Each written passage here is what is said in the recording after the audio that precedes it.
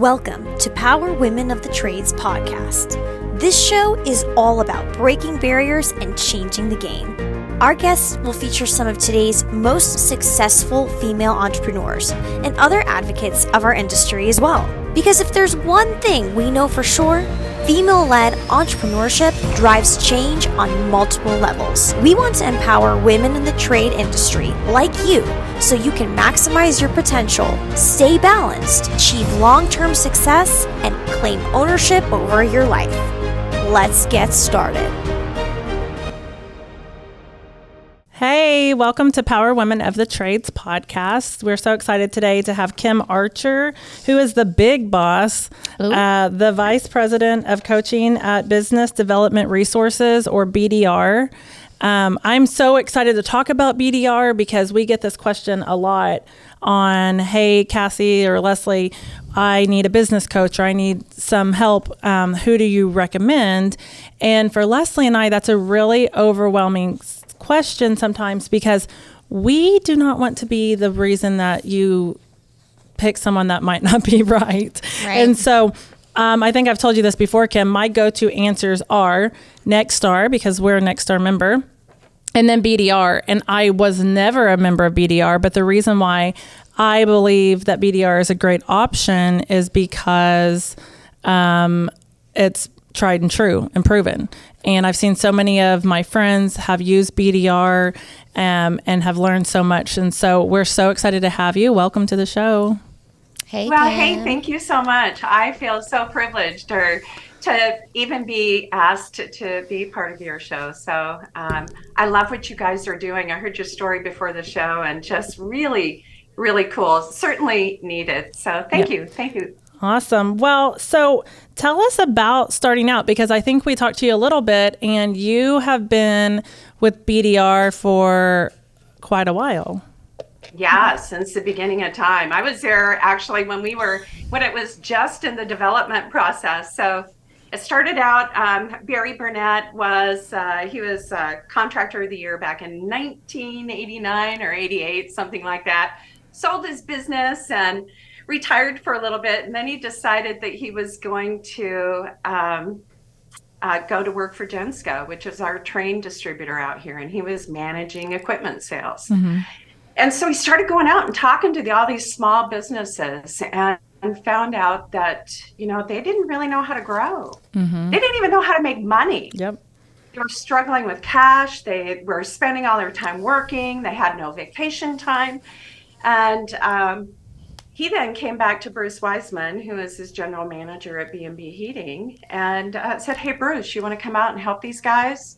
And so Bruce started what was called Northwest Management Group, and that's when I met Bruce. And so I started working with Bruce in 1997. I was pregnant. He keeps saying it's 96, and I'm like, no, dude, it was 1997 because I was pregnant in 96. There was no way I was doing this. Right. So anyway, so I started working with Bruce consulting all across the Pacific Northwest. And then Barry left Gensco and Barry Bruce started BDR in 1998. And the rest is kind of history from there. We've been doing training and coaching all across the country for 25 years now. So for people who don't know, what exactly, if I was a new contractor or an experienced contractor that needs some help, what exactly does BDR help with? Everything? Just a few things? I know what I have always heard is BDR is an amazing resource to learn the financial piece. Yeah. Financials are our core competency. Mm-hmm. Although we do everything. Mm-hmm. I mean, we do everything A to Z in the business. And we have a team of over 40 coaches, but gosh, I can't even imagine how many years of combined experiences that we have. But we work on all aspects of the business. But financial acumen is where I came from, my background, as well as Bruce's background. So, and that's really where we got to start when we start working with a business, is we've got to understand their general health. Mm-hmm. How healthy are you? Yeah. Are you healthy enough that you can go run a marathon, or do you need to go to the emergency room because you're about ready to have a heart attack and die? Yeah. So we really need to understand that information. Yeah.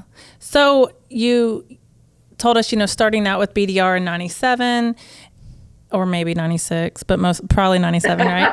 And now you're one of the main leaders of the company. How did that happen? What were you setting? Was that the goal, or what? How did you get there? Well, I've always been a driver, so I'm pretty tenacious. I like to, set a goal and go get after it. And it's just like, I have a nickname at work, Honey Badger. So I understand let's just that. go. Yeah. We've never heard that before. Yeah, never. No. We've never heard anything like that. I get called a bulldog. Like, that's my thing. I'm a bulldog. Yeah, bulldog. Barry used to call me a bulldog. I was also got the nickname Herd Bull. I got all kinds of names. The Herd Bull one was kind of a surprise to me. I'm like, what? You call me a Herd Bull in class? Yeah, that's so funny. So, but no, just really driven. And what I found when I joined BDR was that I had this same passion that Barry had when he started and Bruce started out.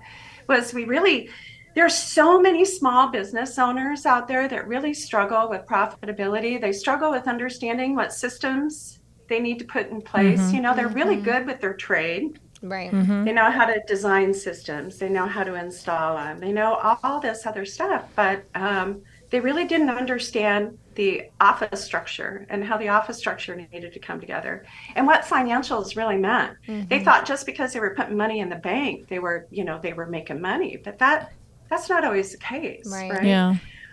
And so many companies will define themselves by their revenue volume. And, I've worked with companies that are up over $50 million in revenue, and they're making less net profits than some of the smaller dealers are. It's tough.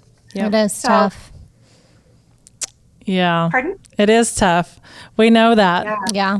Sometimes it's like strikes a chord. We know. Well, I think, and nobody wants to share their financials because it's embarrassing. You feel embarrassed because it's almost a different language, because you do just think that top line revenue, you're like, oh, I've made it. And then it's time to pay bills and pay your people. And you're like, wait a second, where'd the money go? And so there's probably a little bit of shame attached to that as a contractor. And then, and just a different understanding and a different layer of how to look at your business. And that's why it's so helpful to have experts like you, like BDR, come in, because it really reveals a whole new dimension to your business. And you almost have to relearn how you think about your business. Oh, yeah. Leslie always says, like, sharing financials is like sharing a dirty picture of yourself. And that is truly how I feel. We had to do it. We're planning it, we're preparing ourselves for an exit in the next 2 to 5 years. So we had to even look differently at our financials. And I was like, okay, I got to send the invite to my QuickBooks and allow this person to look at our information. And I swear every time I do it, it's just so nerve wracking. Well, yeah, because it's like, I'm like, and there's nothing to hide. We had one of our coaches come in, and he was like, I remember him talking about when we go over the P&L with our team, which is not something we had always done. And he's like, why? And I'm like, because I feel like I'm protecting them by not showing them the P&L, because sometimes it's not pretty. And would this employee stay if they thought that we had a negative profit month last month? Because I think sometimes they don't understand that does happen. We have a negative profit month. And so, but I will say, the more that we have like pulled back the walls or pulled down the walls and been open to someone teaching us and showing us, I don't have anything to hide on our P&L. Right. I'm not like, the ongoing joke right now is about vacationing. We personally pay for those things if those things are paid for. I don't hide stuff like that in the company. I wish I did sometimes, right? But I think it was like, you got to break down those barriers and those walls and be willing to let someone help you, because everyone, and then here's the other secret. I truly believe this.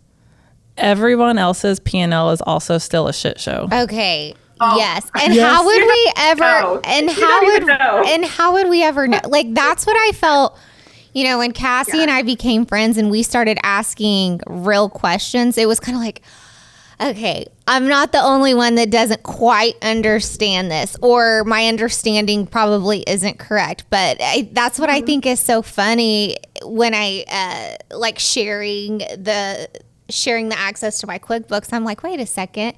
I'm not any different than anybody else. No. This isn't going to be the worst one they've seen. It's probably not going to be the best one they've seen. 100%. 100%. And like, do you see that a lot with people where it's like you don't want to share all that stuff because you're afraid that you look stupid? Because I didn't know. No one taught me how to run a business.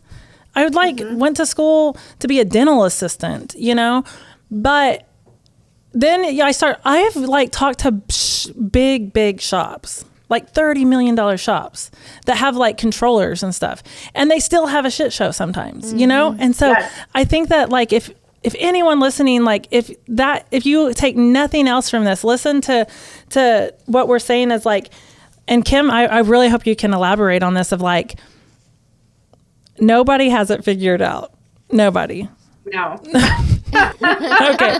Believe me, I know. We have a team of we call them accounting coaches that come in and work with the bookkeepers, but primarily because, man, when I was out traveling around or going out and doing classes and I was looking at people's financial statements, I was like, yeah. Oh my gosh, and those financial statements are your health card. Yeah. They're the thing that help you navigate your business. They help you understand where you're at in your cycle of growth as well, because there's certain cycles of growth that you're going to go through where you're not going to be making that 20% net profit.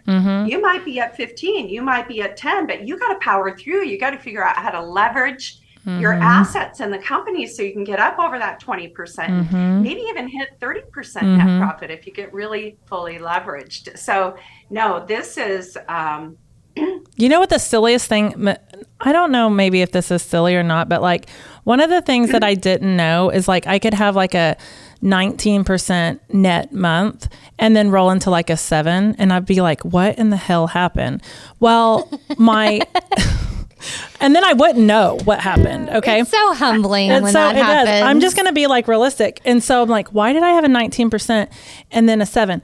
Well, what I found out was like, okay, so this sounds so stupid. I'm really being like vulnerable here, but let's hear it. I'm here for this. So this was a real thing that happened, but my 19% month was amazing, but it was missing a week of payroll because we paid it in the next month, and where we should have pulled that back on the month end, right? Well, no one told me how to do that. And my people before that was managing my stuff, they didn't do that. And they're like, it'll all balance at the end of the year. Well, it does, but we have $80,000 in payroll setting in August or whatever month it is, right? And that actually was for July. So it will balance those two to where we actually had a healthy net for both months instead of looking crazy. But instead of like realizing that was a freaking problem, I would be like, we're overspending. We always I think everyone overspends materials. I have yet to figure out how not to, but we're trying. We're really freaking trying. So, something with that too, that I'm really passionate about is the fact that we're in a game every day, right? So think of your business. You're playing a baseball game or something, and you've got 12 innings that you've got to get through. And every day, every month, you've got to make money. Net profit, you can change the word net profit to the word freedom. And so every month, as you're going through, you don't want to wait until 2 weeks after the close of the month to figure out whether or not you won the game or not. Yep. So every day you're at bat. You have an at bat every single day. Well, and I think, sorry, I didn't mean to interrupt you, but like we're talking about profit and loss, but by the time you look at your profit and loss for the prior month, it's too late. That's the first layer of understanding. And then you realize as you continue to peel back, like now we're in a place where we're looking at daily. We have a daily automation where we're like, ooh, tomorrow, this is what we got to do. We got to put this call on the board because it's the most profitable, because this is going to hit, it's more weekly now because of the types of jobs and projects. But like if you're just looking at your P&L, it's too late. Right. You can't make any decisions anymore. You can make broad decisions operationally for the next month, but that money has come and gone and you can't really turn it around that quick. Absolutely. And I really can't stand it when people will say, don't worry about it. It's just going to wash out. No, it at the end of the doesn't. year." It's like BS. Yeah. No, you don't understand. This is my family. This is my Yes. livelihood. I need to know today. Right. You Yeah. don't know Yes. accumulation at the end of the year. Yes, I need at the to end of the know. year, it doesn't always balance out. And then on the day, like if we run a sewer job today and we severely overspend on it, then we need to make some price changes in our book, and we can't wait until next month to make that. Or you pull a call that you had scheduled out and you bring it in so that week you can turn that call around. Like it's Yeah. a constant. I mean, you can plan and you should pre-plan your board, but like even when you pre-plan your board, that morning of, you're making changes, you know what I mean, yeah. to prioritize.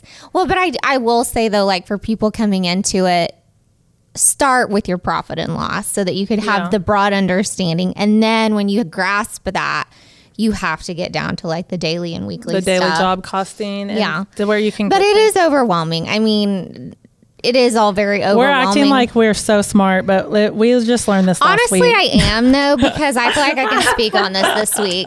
Like This these are week. all my meetings all This the week. time because I'm over financials now and I don't love it. It's not my gift, but I've like had to beat so much into my head. You know what I mean? Yeah. But it's still normal. And I think that I really hope that our listeners, because we really, whether we know you or not, our listeners, we like think of you as our friends and we want you to succeed in everything. And like, don't be afraid to show your cards and ask for Right. help. Like Yes. you need to find someone like, if you're not working with someone, you've got to get with BDR or someone that does the same types of things that they can teach you, because unless you have an accounting degree, you don't know. I promise you. Yeah. Even if you think you know, you don't know. Okay. And even if the QuickBooks makes a report for you, it's probably wrong. Right. Okay. So Kim, so when you I go, will. Oh, wait, shit. Go ahead. well, I was going to say, when you go into these companies, you know, you start talking about financials and you're trying to get them to grasp the overall. What do you guys start tackling like within it daily to start teaching? Is it call conversion? Is it average ticket? Are there certain things, like, I know we don't have like a lot of time, but that you could just touch on that you guys start looking at sooner rather than later? Well, from an accounting perspective, as well as from a coaching perspective, we always look at billing. We've got to bill, we've got to collect, we've got to manage labor, and we have to upsell. So the billing is really important. So from a head coach side, they work directly with the owner. What they do is they start going in and they work directly on the pricing. What do we have for pricing? How do you bid your jobs? Are you bidding correctly? And that's a really quick bandage that we can put on a company. So if they're bleeding, as a matter of fact, our coaches, we had a new client come on a couple of months ago, and we found out that they were in distress. They were, they were doing pretty good size revenue, but they were in extreme financial distress. And so our team mobilized, and we came in, and within 30 days, we got them profitable again. We were helping them to negotiate some of their debt and whatnot. So at least they can take a breath. Mm-hmm.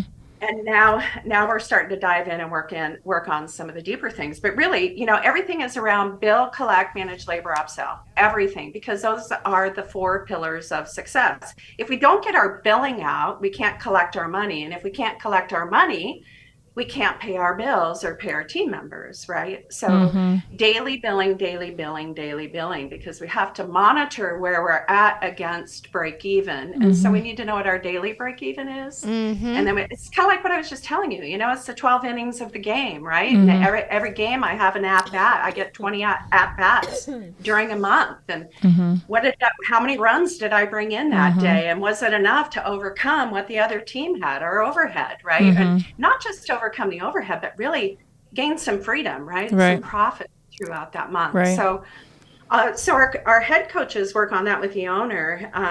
The billing, make sure we're selling correctly. We're upselling, we're selling accessories or offering things on the job that will leverage the profitability on that job.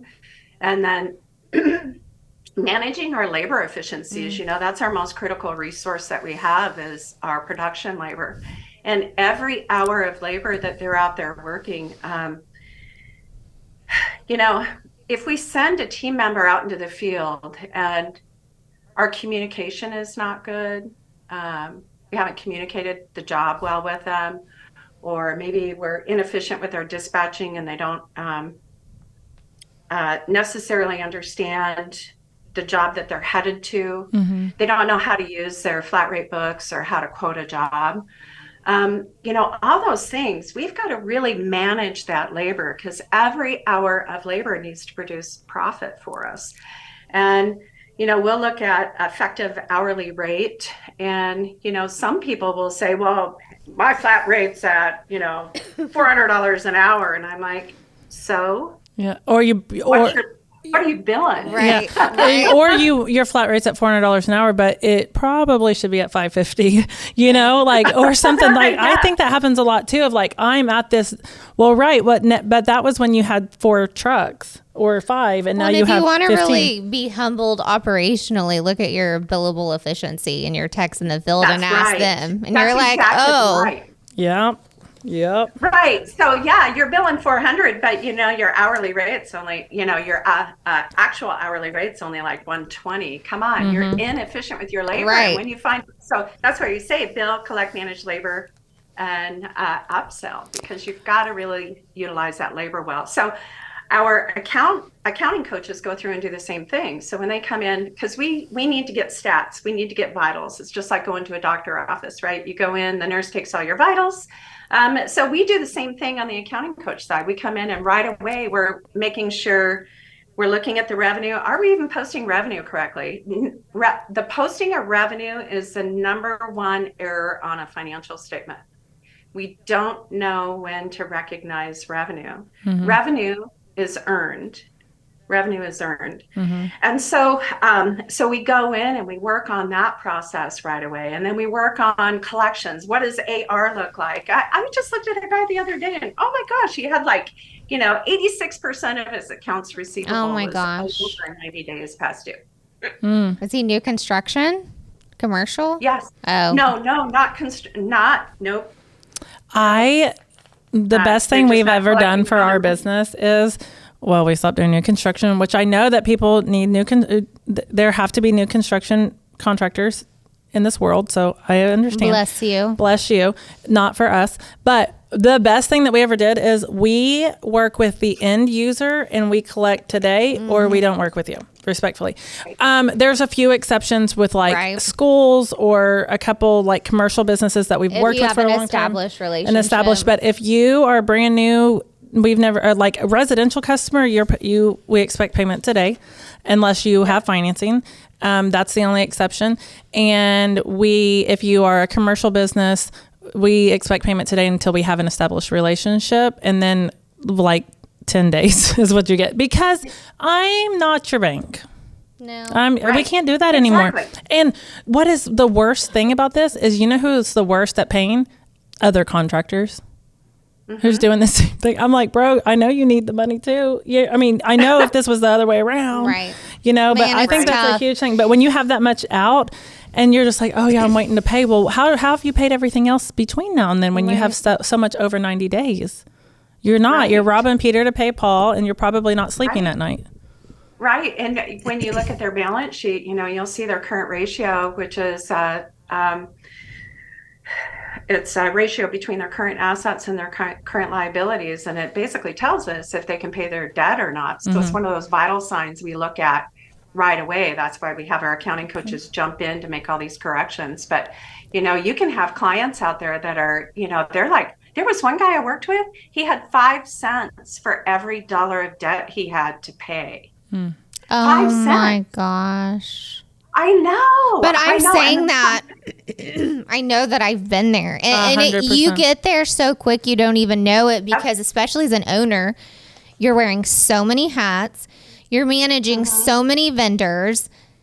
It's probably not your gift, right? You're capable, but it's not your gift. And you just, things keep piling up, and you don't know what you don't know. And I can tell you what, when you're in that place, it is bad. It has to be really rewarding for you guys when you can go in and create these small fixes for these companies, and they get to take a breath. They get margin in their lives. You don't even know that's what energizes me. I'm sorry, I'm going to tear up. That's what energizes me every single day is the ability. I mean, the stories that I get in from the team members every day. I'm not hands-on any longer, but I do get. They'll send in the stories. Like we had a client that had $700,000 in payroll debt. Did you say payroll debt? And I'm sorry. 941 tax. Oh my gosh. Hadn't been paid. And so scares the heck out of me. I met him at a class. I ended up flying out there and it was complimentary. I just flew out and I said, I had to look him in the eye and I said, dude, if you're in, I'm in. If you're in, we can pull through this, but I need you to be in, and it's going to be a while. It's going to be a haul. And it was, gosh, I don't know, it was probably 4 years ago now. He came out for Profit Launch, which is our business planning session. And he came up to me and he said, Kim, I'm going to cry.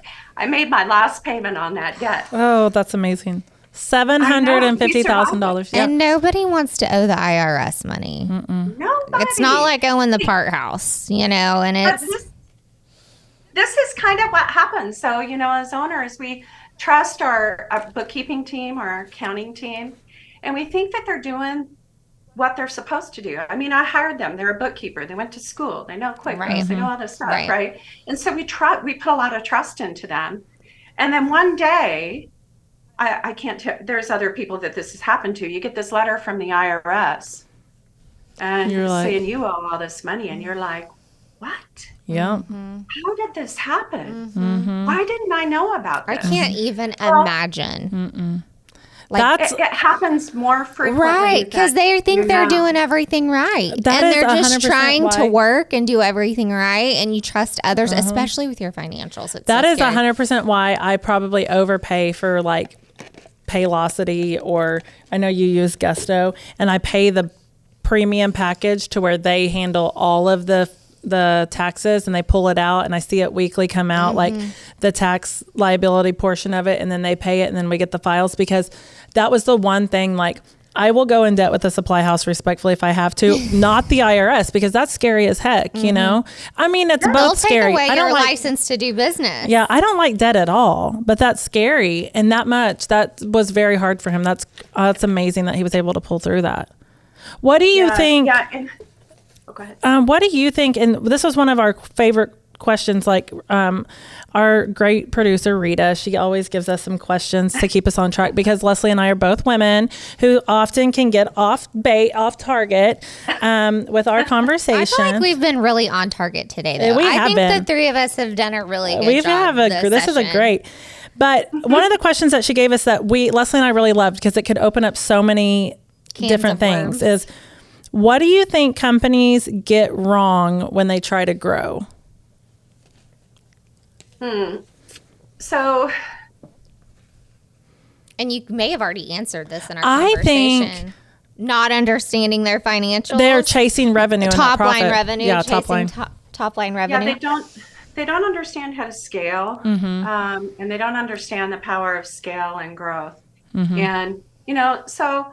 Most of us, I mean, they started the business because they were really good in the trades. So we know that, right? And they're excellent. They're great at what they do, but they don't really understand how to grow and develop a business. So there's different seasons we go through in business. We go through, I made a summit attempt at Mount Rainier years ago, and I can relate that back to business, in that while I was approaching the mountain, I was going across this glacier, the snowfield, and it was pretty easy, just trekking along, And then the next morning or late that night, we got up and we started to make our summit attempt. And when we made that summit attempt, I had to go up over this really tall ridge. And I was tied up to the other people, and I was scrambling and scrambling. You couldn't stop because you were just going to slide back down. And then you get over the top of that ridge, and then you start making your ascent to the mountain. And so business is a lot the same way. So there's different seasons you go through in business. There's a season where you're highly profitable, all cylinders are firing, you're fully leveraged, you're over 20% net profit. Wow. Oh my gosh. On top of the world. Yes, top of the world. I mean, it's easy. I'm not I don't feel like I'm in a race. Working capital is building in the business. Everything feels really good. And then I decide, you know what? It's time to grow. Let's go do the next big thing.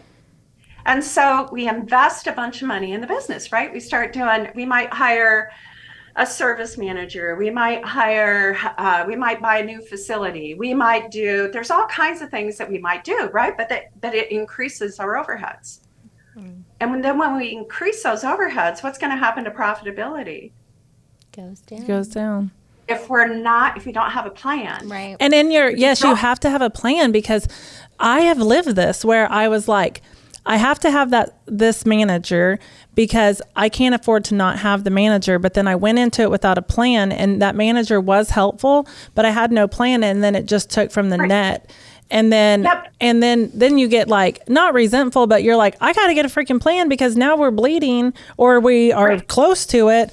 And I think I'm a good story of this, because I was, LOL, I'm going to punch her. Because we all learn that way. Well, and I think 2020. Pain is a good teacher. Our trauma. 2020 to 2021, I think I got sucked into the social media revenue chase. Ooh. Where everybody was like, this is a big moment of transparency. Yeah, I know. But we got sucked into that social media revenue chase, right? Where it's like, this company, my friend across the country is doing $10 million, and I want to do $10 million, and blah, blah, blah, blah, blah, blah, blah, blah. And you're chasing revenue and revenue. And none of these people on Facebook, none of these gurus, I like to say gurus because it's funny. It is. We need to get a guru shirt. I know. I'm ordering a guru shirt. Guru. And we were chasing, but none of them were talking about profit.